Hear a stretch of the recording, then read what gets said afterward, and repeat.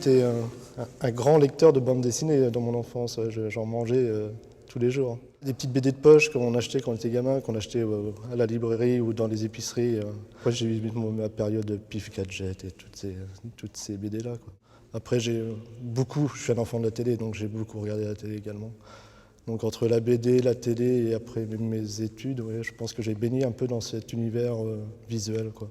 Fin 2013, début 2014, je suis un week-end, j'ai pris ma voiture, j'avais un appareil photo familial à la maison. J'ai pris cet appareil photo et je suis parti en voiture et je suis revenu le soir et je me suis senti mieux. De fil en aiguille, j'ai commencé à prendre l'habitude de sortir le week-end, aller prendre ma voiture et partir avec l'appareil et m'arrêter là, j'avais envie de m'arrêter en fait. J'ai pas un regard très critique sur ce que je produis, hein. Actuellement, je fais de la photo de façon un peu dilettante, on va dire. Je ne conceptualise pas ce que je fais en photo, je n'ai pas un recul sur mon travail. Si j'ai un projet, notamment avec Surface Sensible, je vais m'investir sur un projet dont je vais répondre entre guillemets à la commande, donc je vais m'investir, donc là je vais conceptualiser, je vais réfléchir le projet. Sinon, si je pars tout à l'heure en balade, ça va être une balade photographique. Il y a un peu deux modes en fait.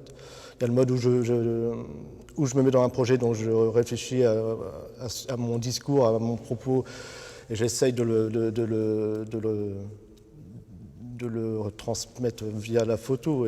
Et il y a une deuxième pratique photographique qui est beaucoup plus légère, on va dire, hein, qui est je prends mon appareil, je vais me prendre l'air parce que j'ai besoin d'appuyer sur ce bouton, quoi. Voilà, c'est vital, quoi. Ça fait du bien, quoi. Ça peut être une forme, une lumière, une scène dans la rue, un moment furtif. Et là, je dis, une photo, deux photos, trois photos.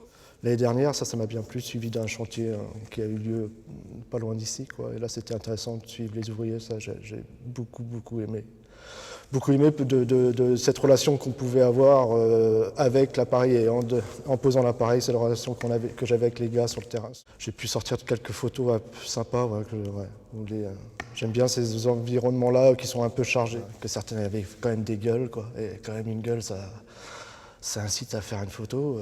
Leur équipement, leurs outils, leurs mains, leur façon de s'habiller, c'est déjà dans l'univers, quoi.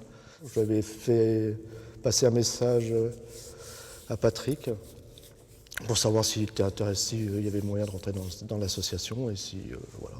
Et je crois qu'il a dû présenter mon travail au reste de l'association et ça s'est fait un peu assez naturellement. Moi, j'ai une pratique très individuelle de la photo. Je suis autodidacte. J'ai pas appris en fait. Et j'avais envie de m'ouvrir à d'autres, co-construire des projets. Ce qui me manque, c'est vraiment la construction collective, en fait. Le projet, on le monte ensemble, on le travaille ensemble, et c'est ce qui me manque le plus. J'ai créé une édition graphique autour de l'absence, et j'avais l'intention de la retravailler en mode, sous forme d'exposition, qui soit une exposition mélangeant les installations et une exposition photographique. Le bouquin s'appelait Vous voilà de nouveau auprès de moi ou l'absence. Ça traitait de la représentation de l'absence. Est-ce que c'est du plein, du vide, du noir, du blanc, du creux, Là, on touche un peu à l'émotion et ouais, c'est plus sensible, quoi. C'est très sensible.